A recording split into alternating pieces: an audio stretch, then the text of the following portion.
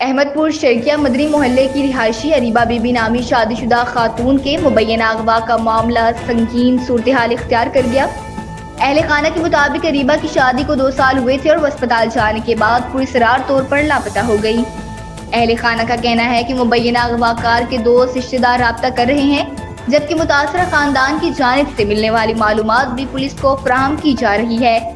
ताहम इनके मुताबिक थाना पुलिस के मुतल्लिका तफ्तीशी अफसर खातिर ख्वाह तवज्जो नहीं दे रहे। अहले खाना ने इल्जाम आयद किया है कि बार बार निशानदही और मालूमात देने के बावजूद कार्रवाई में सुस्ती बरती जा रही है, जिसके बायस घर वाले शदीद ज़हनी अजियत और परेशानी का शिकार हैं। अरीबा के वालिदैन और शोहर ने आला हुकाम से फौरी नोटिस लेने और मुअस्सर कार्रवाई का मुतालबा किया है ताकि खातून को जल्द बाजियाब करवाया जा सके।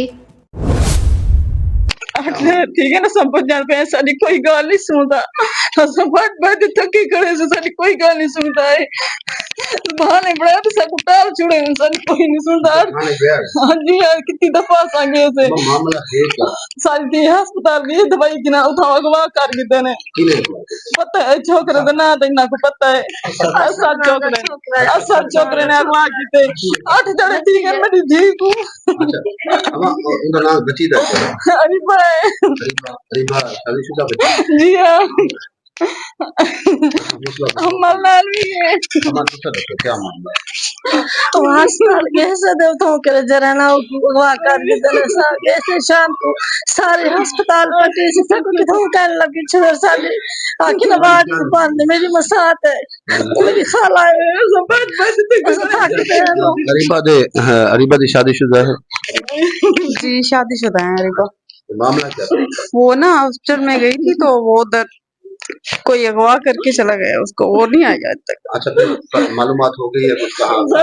हाँ वो कभी कुछ बोलते हैं कभी कुछ बोलते हैं, सही कुछ नहीं बोलते। पुलिस बात भी नहीं सुनती कितने ये तशवीशी की सारा केस ना तो साडी गाल नहीं सुनदा। चुप कर सुता पिया रहंदे समझ साडी गाल नहीं सुनदा। चुप कर बैठा रहंदे सुता पिया रहंदे जो उठ रहंदे पिया। अच्छा तो तुम्हारी बीवी है? जी मेरी बीवी है। क्या थे?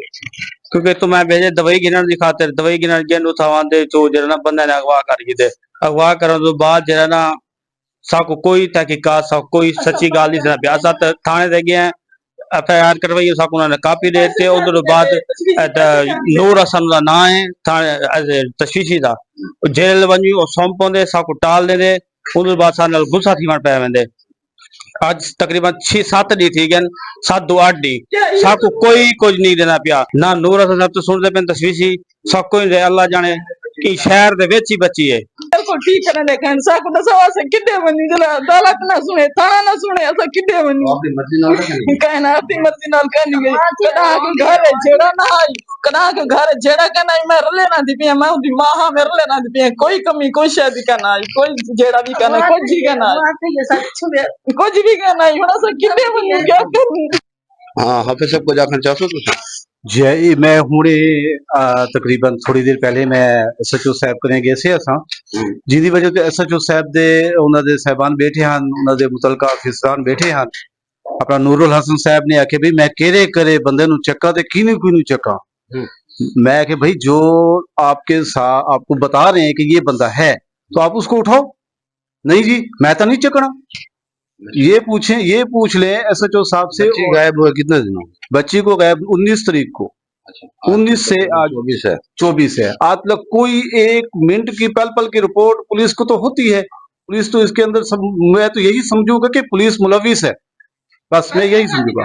पैसा का दिखड़ी पुलिस पैसा का दिखड़ी साडी गाल नहीं सुनदी तो साडा राती दी बर्बाद दिया बे साडी दिया सा किडे बनू की को बंदे को पैसा का दिखड़ी साडी गाल नहीं सुनदे। पुलिस वाले रहना था वो सड़े ने फोन करे सन घंटा 2 घंटे 3 घंटे बिला दे वापस हूँ गाड़ी क्या नहीं हूँ फलानी चीज क्या नहीं हूँ फलानी चीज क्या नहीं एसएचओ क्या नहीं फलाना क्या नहीं रोजाना टाल मटोल रोजाना टाल कितनी सारी कोई नहीं सुनता कोई भी नहीं सुनता।